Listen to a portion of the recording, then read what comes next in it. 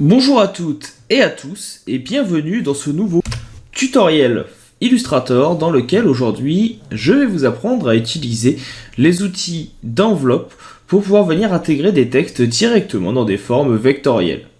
Alors je n'ai pas pris l'objet vectoriel le plus sexy du monde, j'ai pris tout simplement une petite carotte avec 5 fans dans lesquels nous allons venir intégrer les mots suivants. Illustrator CC qui sera le corps de la carotte, test, tuto, objet et un autre test.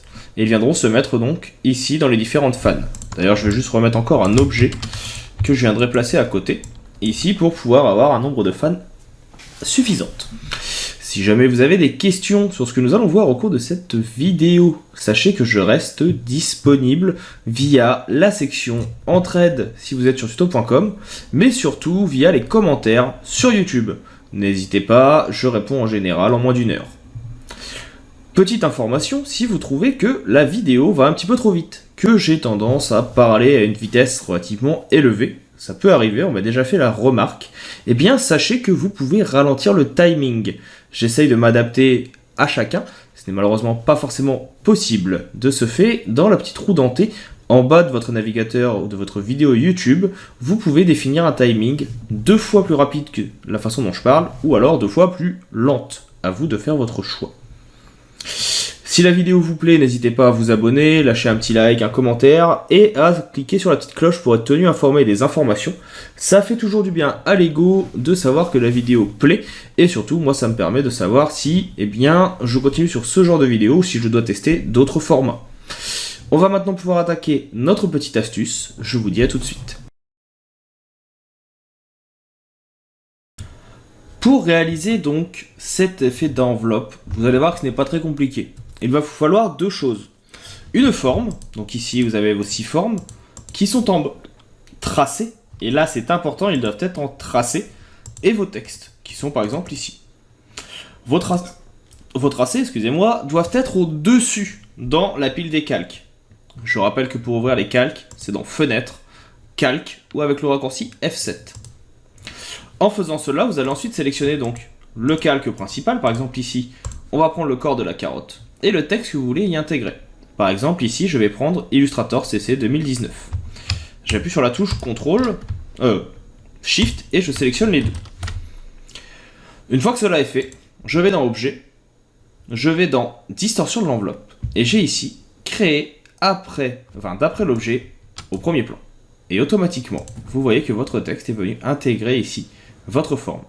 Alors là, comme j'avais beaucoup d'informations, il n'est pas forcément lisible. Donc on va voir ce que ça donne si j'enlève, par exemple, 2019. Je resélectionne les deux, objet, distorsion de l'enveloppe, et crée un objet d'après l'objet de premier plan. Et vous voyez que le raccourci est également CTRL-ALT-C. Et là, automatiquement, mon élément est fait. Ce que je peux faire ensuite, c'est venir tout simplement, récupérer des effets. Alors là, je vois que j'ai deux calques superposés, je viens de le voir. Je vais venir effacer celui du dessous. C'est venir par exemple prendre objet et une fan et faire CTRL-ALT-C. Et automatiquement, vous voyez que mon objet va venir s'adapter. Et vous pouvez faire ça, bien sûr, sur toutes les images et sur tous les textes que vous voulez.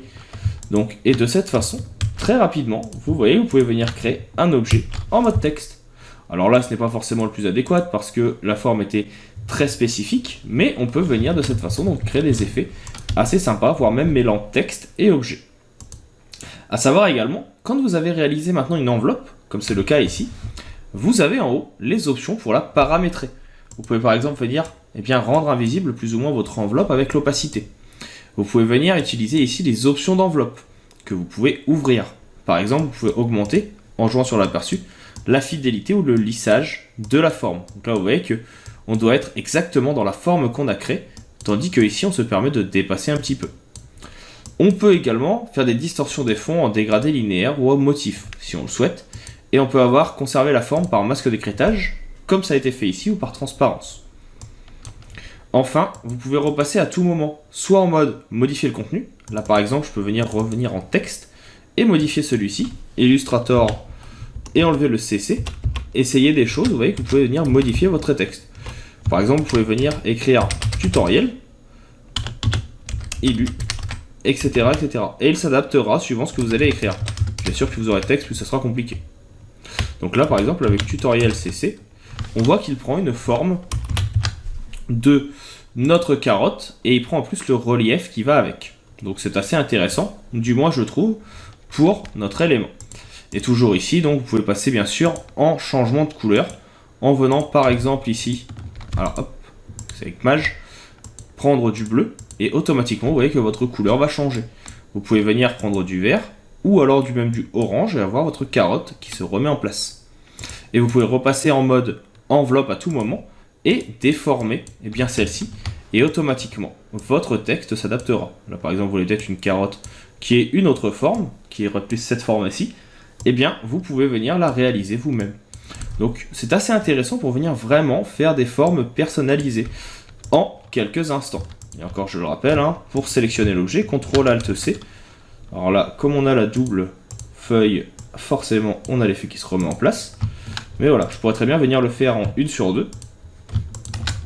Hop, et une ici. Sélectionner mes 3 fans.